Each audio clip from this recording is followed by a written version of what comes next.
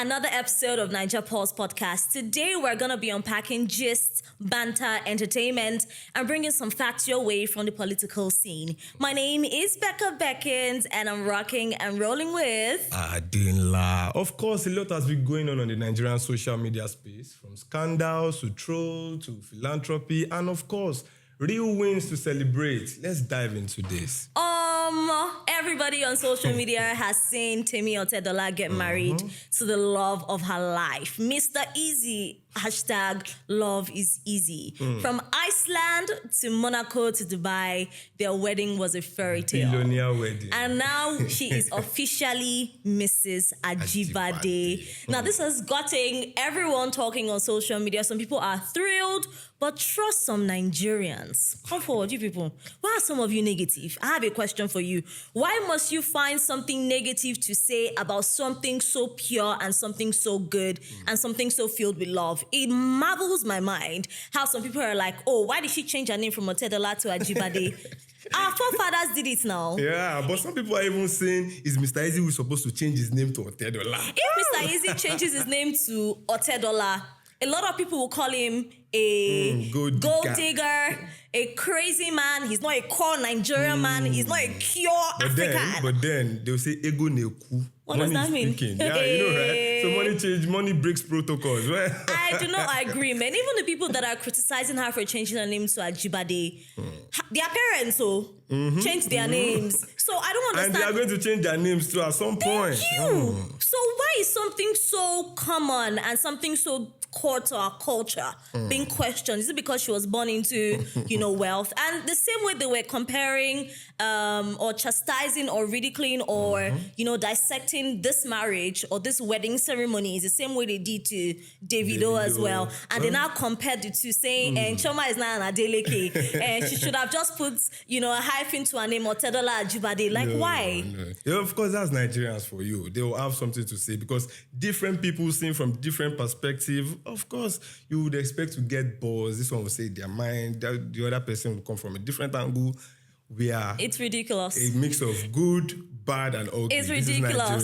Some people are even saying that she could have gotten married in Nigeria and patronized Nigerian vendors and designers. And I'm like, this girl did her traditional marriage with her husband, in her father's house in Dubai. And it was everything true to the Yoruba culture, from the decoration to the attires to performing traditional rites. Everything was true to the nature of Yoruba land, Yoruba culture. That's for the traditional wedding. They represented duly. So when I saw one content on social media like that this wedding does not even speak Africa, talk less of Yoruba. I was like, what? No. What is going on in people's lives? They've done the traditional wedding. Let them do the white wedding and whatever color of wedding they want to do next. They represented Yoruba enough, please. You remember this saying from the scripture, as a man thinketh in his heart, so is he. Out of the abundance of the heart, the mouth speaketh. So all of you that are trolling, I have a question for you. What is your current situation in your life? What are you going through? What they say, misery breeds contempt. What they say is enough for the wise. Check yourself. Because I know when you people see Mr. Eazi and Otedola's daughter now, Temi, you be like, yes! I want to be like these people. Yeah, you hail them when you see them, but you condemn them online. Oh, you see. They even chastise the fact that our father said she needs to, be very, very subtle and submissive to her husband. No, this is Nigeria. Of course, people will talk. But then, big ups to Mr. Eazi. Yeah? That man is doing great for himself. You heard what Dangote said about him. Like, business oriented. We talk business more than we talk music. No. He's a smart man. He's a very, very smart man. And she married right, if I do say so myself. Speaking about trolls, let's talk about Baddy of Lagos.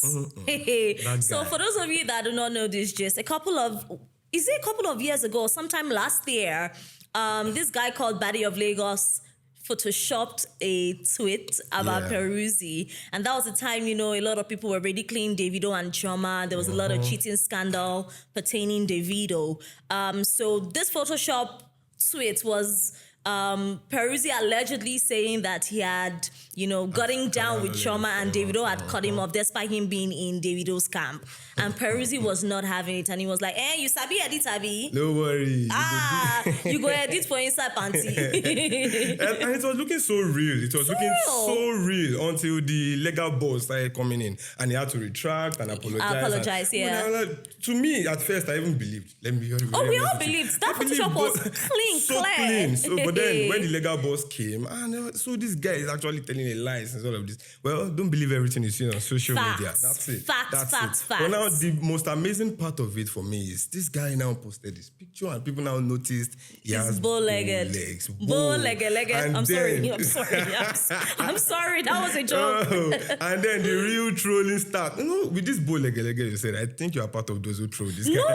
See, okay, so the reason why I said bow-legged, so I have a nephew, right? He's pretty cute. He's just a year old, and he has a bow leg. And we always call him bow-legged because of how funny his leg looks when he's running. So that's why I said it's not like I'm trolling. Trust me, I never will troll anybody. The trolls didn't even care. They trolled this guy. They dragged him. Look at his leg. But then Nigerians can be so funny. But you know what I like about this guy, though? He was very confident about his leg. Yeah. He talked about the journey through how he had surgery before he was 12 years old, always in the month of August. He was, doing a photo shoot with his girlfriend. And a lot of people are now like, okay, you know what? He's actually not a bad person. And then Wizari on X, formerly known as Twitter, took up his case and said, you know what, let's actually raise funds for him to go to Egypt to undergo his surgery. And at one time when they were, gathering funds, it got up to 18.3 million naira, and they were like, they just need a couple of more money to hit their target. And guess who came on board? The same Davido that his initial Photoshop tweet was chastising and would ruin his reputation. Davido contributed or donated 3 million naira to the cause, exceeding their target. Wow, that's massive, because this tells you about Nigerians. From trolling, from abusing this guy, look at your leg, look at everything, to now being so much of a philanthropist to contribute money. In just 2 weeks, this guy needed 20 million naira, and in just 2 weeks, they had 22 million. He got exceeded. Oh, no. I really would commend Davido. And this is where a lot of people will say, did Davido do this out of the, abundance of love in his heart? Or because the whole situation was getting the social media attention. So let me just use this avenue to just sell Davido and put him out there like a good person. But Davido don't need any more attention. The guy is already an international star. But you should know Davido is a businessman. Music is business, so everything is. So it could be good intention. It could be PR. Well, on a collabo. It could be collabo. Yeah. And this is just the tip of the iceberg when we're talking about this Baddy of Lagos guy. He's currently in Egypt now. They successfully flew him out. That's amazing. But now he's flexing. A lot of people are like, is he flexing? I hope that guy does not forget the reason why he's there. And his doctor should better do a good job. He has to walk out of there like a runway model. Come on. Because Nigerians are expecting. The guy is fine, Sean. I'm fine guy. But he's actually updating everybody about, the scan being done, and saying that his surgery is in a couple of days. But he's still flexing, Sha. So maybe it's the extra money on top. Oh, yeah. Anybody will go for sightseeing. You cannot japa without, sightseeing and flex life small. But, I really wish him well. And all of this banter is just to say we need to be kinder with our words on social media. And we don't know what the next person is going through. But then, this should not inspire someone else to go and Photoshop a false narrative about another person, because your own might not come with donation, your own might come with prison sentence. Kiri, panty. Yeah, that's it. Under the sea. What they say is enough for the wise.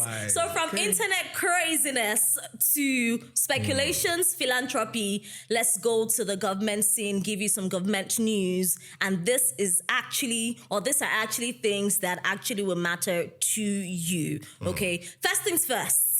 Tongues are wagging. Everyone is talking about Senator Natasha.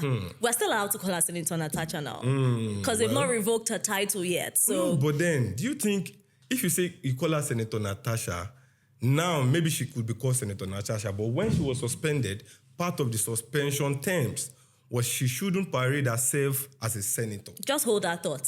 Hold that thought, Adinla. Let's have a quick recap of her journey so far, right? She is a senator, quote unquote, and then she came out to level an accusation against the Senate President Akpabio. Seriously. And then the drama just kept on rolling and rolling. So she was refused entry into the Parliament complex.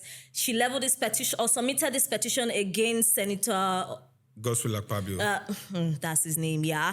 And then she literally said that she's been suspended for 6 months, and she came out on social media to say she's linking her suspension to the accusation.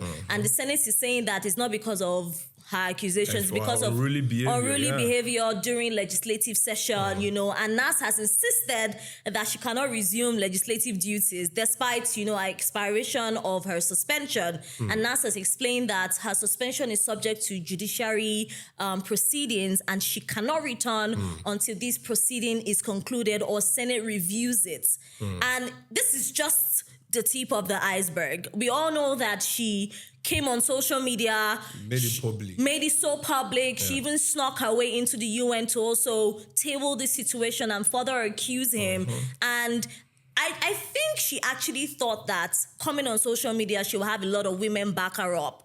But a lot of mistakes were made. Yes, a whole lot. She actually got the attention she was looking for on social media. But then did that give her the solution Absolutely she was expecting? Because first things first, you levied that kind of accusation with, I don't think she presented any tangible evidence. There was no evidence. Yes, there was no tangible evidence, and you leveled that kind of heavy allegation. And part of the suspension terms was you shouldn't parade as a senator, like I said earlier. But when she reported this case at the UN, she even introduced herself as Senator Natasha. Now she coming out to say, or the Senate now saying she cannot come back until the case is done in court. I think if the Senate is claiming she breached the term of suspension, that is quite okay.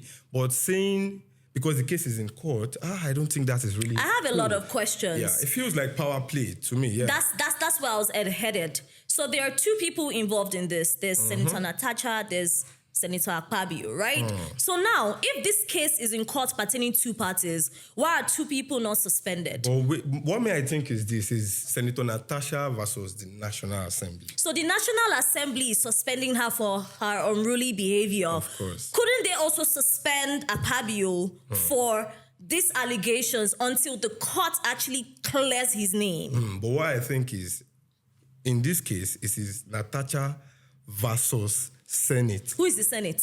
Well, the Senate is that body. And he's their leader. He's their leader. And nothing ever goes through without the leader giving an approval. So it is literally in his power. I'm not trying to justify her actions. She went about leveling these allegations the wrongest way, going on Arise News, just literally saying he harassed her. Not just Arise News, Berekete. Oh no, she went everywhere, but it was Arise News that broke the story to us, you know. And then she went, it kept spiraling. And I feel like in every institution, there are like places where you can, you know, lay your complaints. She could have gone through those right channels.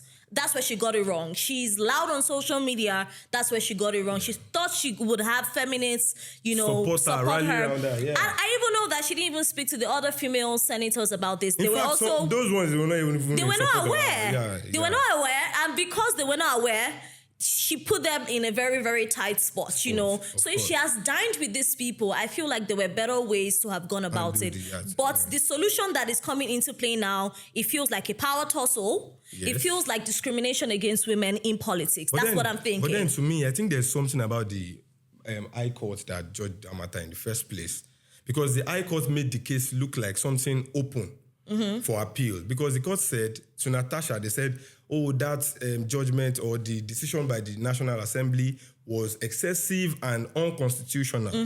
And they also said to Akpabio that, or to the Senate, that the Senate has the right to punish her, to discipline its members. So it's making it very open. So to Natasha, she can say now that, okay, the court has said that what you did to me is unconstitutional.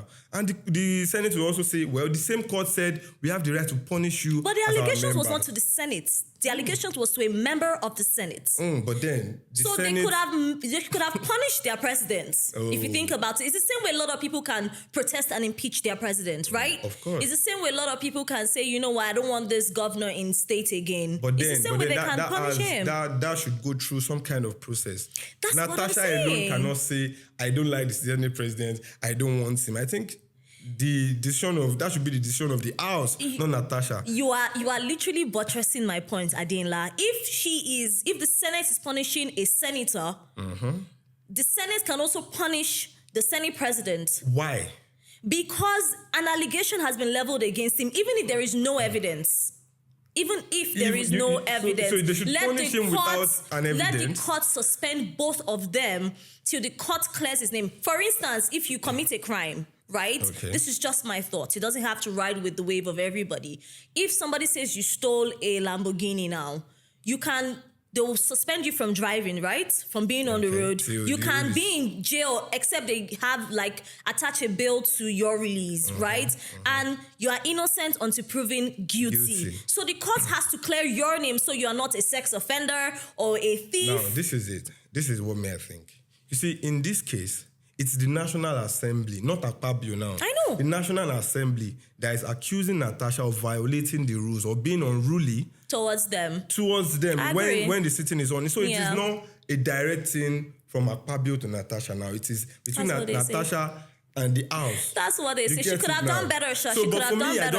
I just feel in the place of being honest and being... there's a power tussle play. Yeah. For sure. Yeah, obviously, because I feel if two parties are still in court saying, okay, till the process is completed, that's the appeal process is completed and the final verdict has come out from the Supreme Court, this person cannot come to the National Assembly.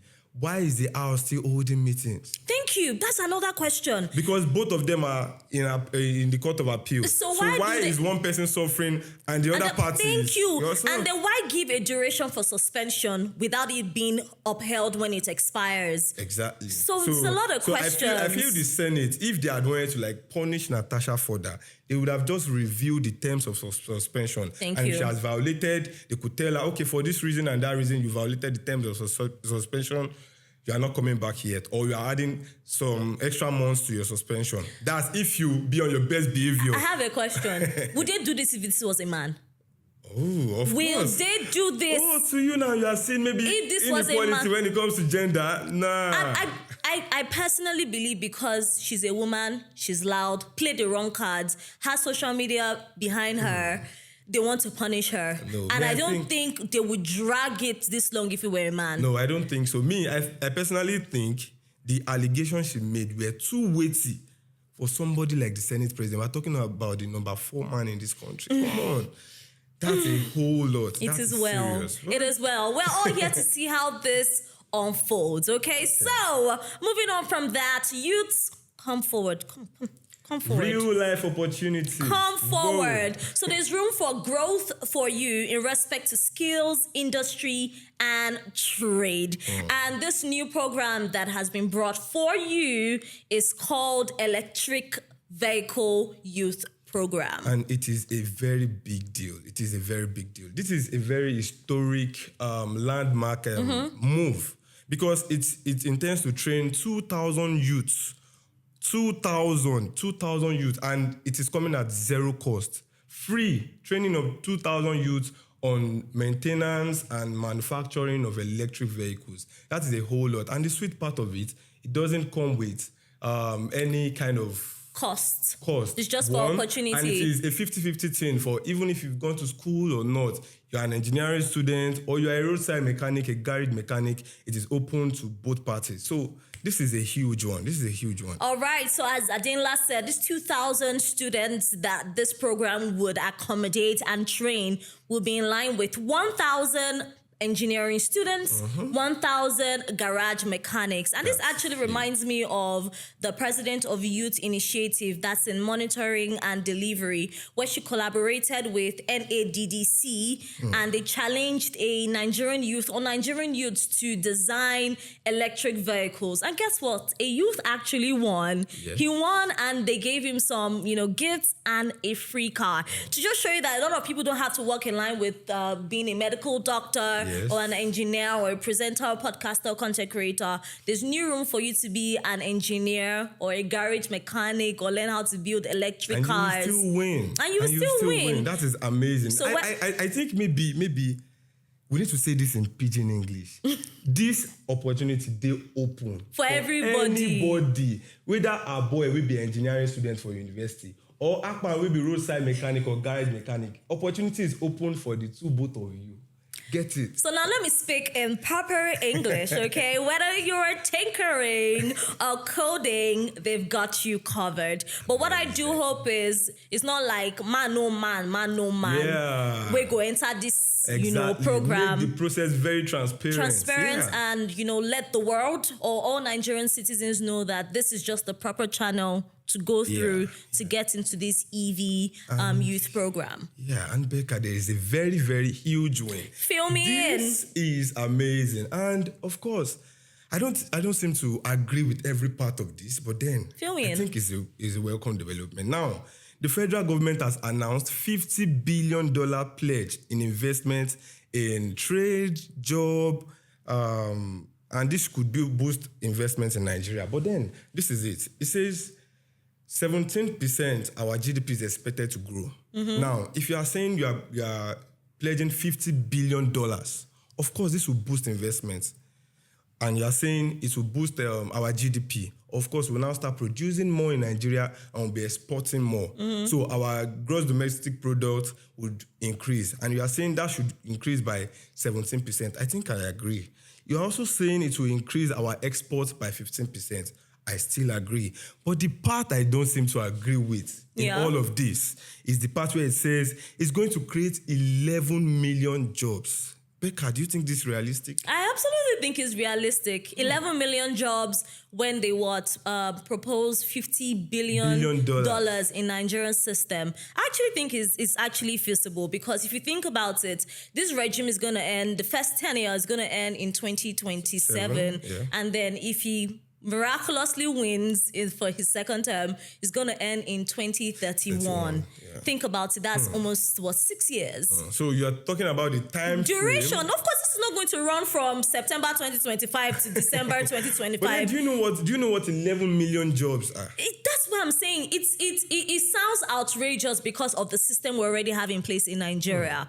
But if you think about it, within the span of 6 years, there's going to be 11 million job opportunities in farming, in agriculture, mechanical-wise, learning how to, use the power supply that we talked about when it comes to vaccines. We're going to have youth initiative programs that will train you in diverse aspects, technology, electronics. So if you think about all of these sectors that new programs in collaboration with Brazil, Japan is going to open doors to. Come on now, if you think about it. 11 million may sound outrageous, but within the span of 6 years, if they actually put their foot on the ground and do it right and they're transparent and, they involve everybody, trust me, it can actually, maybe not up to, but actually close to, in my opinion. Yeah. Actually close to, I think that's a better Don't word take my word. Oh, yes, 11 million jobs will be available for youth. But I just hope that they do it right. Becca believes 11 million jobs will be created. I'm trying to have faith in the government. Eyoko Emiloko Tinubu has been doing things back to back to back. Remember, straight flights from Nigeria to Brazil. The Cad9 has opened doors for us to do more things in agriculture. No, they don't try. Becca believes 11 million jobs will be created. I don't understand. I don't want to be a doubting Thomas. But then 11 million jobs. Are you sure? That means there will be no jobless person in Nigeria anymore, except you willingly want to be idle. Well, let's hope things get that better. $50 billion dollars Whoa, that's in a investment. whole lot of money. Do you know how much that money is? And if they actually invest it in all of these things for growth for youths, and now it will yield results now. It should yield results. It will. I hope we will not have a bad egg in the system. I'm so surprised that I'm on the yes side and Adela is a doubting Thomas. No, of course, I believe in a greater Nigeria, but 11 million jobs looks so outrageous to me. Never say never. Of course, it will create more jobs. It will create job opportunities, but as much as 11 million, let's hope so. Fingers crossed. We're hopeful and we're looking forward to a greater Nigeria where youths are not idle, being trolls on social media and having so much time on their hands. There's this guy on TikTok and Instagram now. He's a very popular guy. He wears glasses, but he's so fine. That's besides the point. But he's always saying that less than 12% of Nigerians are educated. Yes. And you can just literally tell from the comment section. So in order for them not to call us lazy Nigerian youths, for us not to be called idle or, non-knowledgeable and quote unquote fools, ensure that you partake in all of these reforms and programs that are put in place. Ensure that you're educated. Learn how to read.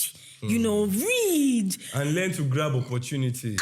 And have high level of comprehension as well. I'm not trying to shade you. This is just the best way you can step into the international market and say you're a Nigerian. They will not think you're a fraud because you are bringing something to the table. All that and more we'll be bringing your way next week here on Naija Paul's podcast with Chismis for Governance, for the Culture, for the Future. We're drawing the curtains on the show right now. I remain your host, Becca Beckins. And my name is Adinla. It's been a wonderful day today, going from scandals to trolls to philanthropy and a whole lot. Big benefit, big wins to celebrate in our economy, in the political system. And I hope Nigerians tap into this and be big beneficiaries of these opportunities. Clock it! You can follow us on all our social media platforms, on Instagram and Naija Pulse Podcast, on X and Naija Pulse Pod, on TikTok and Naija Pulse Podcast, and you can subscribe, like, and share on our YouTube channel, Naija Pulse Podcast. We're out! Bye!